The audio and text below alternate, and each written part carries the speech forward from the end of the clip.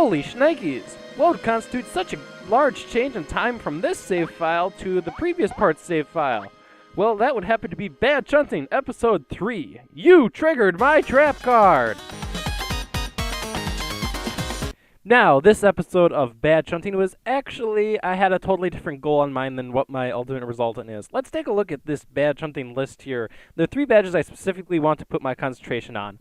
All or Nothing, Jumpman, and Hammerman. Why would I put my concentration on these 3 badges? Well, think of what their negative consequences are for a second. If you take a look at All or Nothing, this is a badge that costs 4 badge points. Increase your attack power by 1, but you must nail your action commands or else you do no damage whatsoever. What happens if you put on a second All or Nothing? Well, believe it or not, it's your attack power increases by 2 as long as you hit our action commands, otherwise you hit for nothing.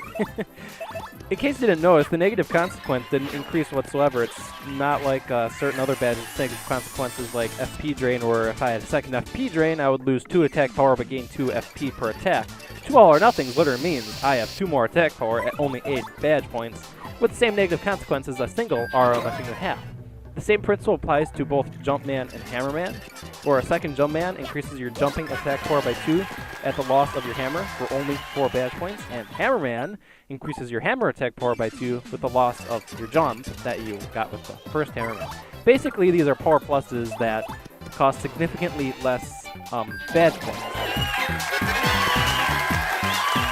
Now let's take another look at this badge hunting list. This episode came to fruition because I accidentally read this list thinking you could get Hammerman badges off of Hammer Brothers, but if you actually look at the enemy you can get them off of, it's the Dark Bristle. Now if we actually look at all these badges, All or Nothing drops off of Tarantulas, and Jumpman's a drop off of Poison Puffs. In layman's terms, this basically means you are almost never going to get a second of any of these badges, because all these enemies are very, very, very deep in the pit of 100 trials. Take it that it took me 5 hours to get a second or a third damage dodge.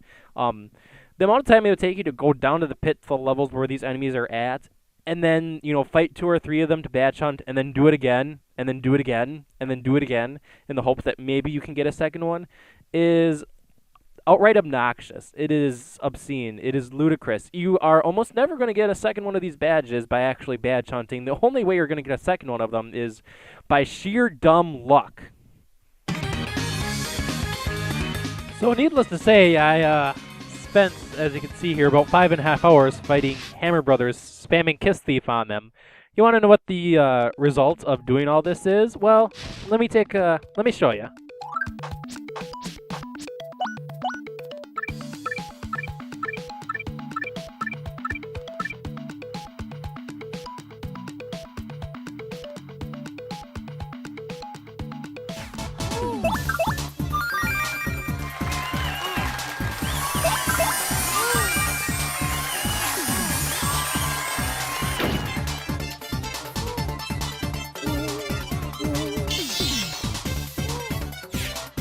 You triggered my trap card! Oh no!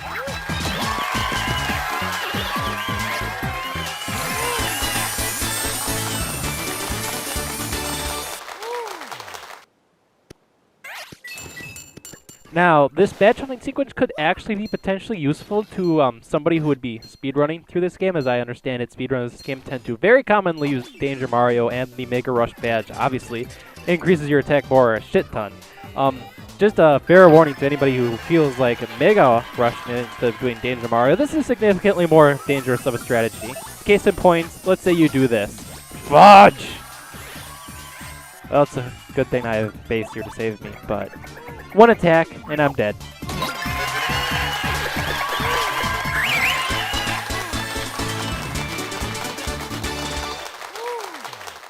Now, the best thing to come out of this badge hunting sequence was a lot of money, so I'm going to go ahead and leave you with a big fast-forward montage of the whole entire badge hunting sequence, and I will see you on the next episode of Let's Play Paper Mario and the 1000-Year Door. This is Milesluigi.